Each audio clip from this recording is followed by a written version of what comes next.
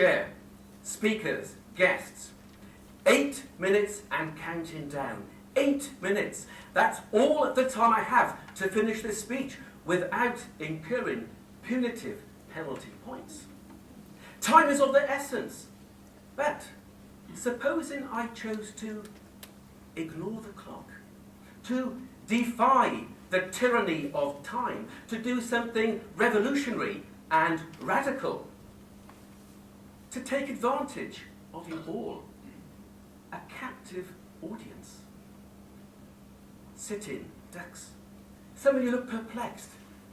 Allow me to elucidate. In the evaluation competition, the contest chair will stop the speaker after 6 minutes. They have to stop talking, yet there are no such constraints in this competition. Consequently, I could go on talking all afternoon and into the evening and indeed into the night. And the contest chair has no official authority to stop me, with as much authority as a Conservative chief whip. I have my speech here. 40,000 words. 40,000 words. It's an epic, it's a treatise I have written on the structure, the anatomy, and the evolution of mollusks in the Jurassic period. I'm hoping to have it published and to be squids in.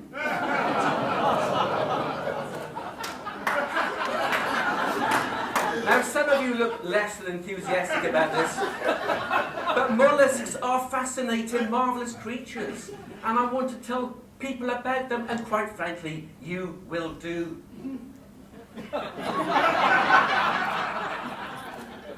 But would you welcome my talk? Or would you prefer that I clam up? I'm very nervous about this. I'm trying to pluck up the courage to come out of my shell to do it.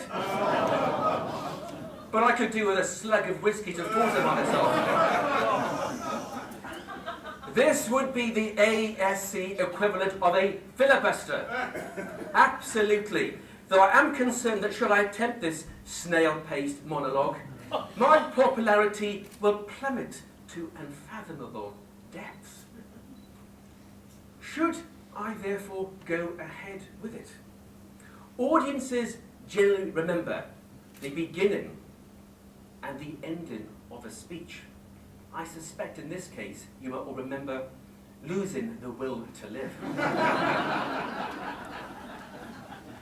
Should I therefore take the bull by the horns and keep talking till the cows come home? On reflection, I couldn't in all conscience spoil your afternoon. So moving on, I will keep to the allotted time. They say you should leave your audience before they leave you. Which reminded me of an incident in our club. We had an afternoon speaker, and he said, "How long should we speak for?" He said, "Talk as long as you want. We're going home at 9 o'clock.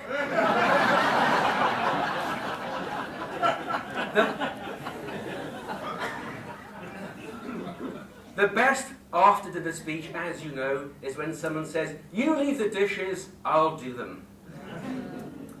Time is important, not just in speeches. It's because it dominates our lives. It is, of course, what stops everything from happening at once. Now, we didn't always have clocks. For most of human history, the concept of a 5:15 or 4:10 would have been utterly meaningless. Have you ever seen a Neolithic cave painting showing a caveman running because he's late for a management meeting? I think not. Once, there were only two significant times: day and night. Now, for thousands of years, people may have woken up at 7 o'clock in the morning, but now we wake up because it's 7 o'clock in the morning. Now, even when watches and clocks were invented, they weren't very accurate. They were ornamental status symbols. They didn't have minute hands. Most people had no concept of what a minute was. But even now, what is a minute? Of course, it depends what side of the bathroom door you're on. But over the years, our relationship with time has changed dramatically. Most of us should have more time than ever before. We're getting older. Life expectancy has nearly doubled in the last century. Indeed, looking around, I suspect that some of you are old enough to remember when emojis were hieroglyphs.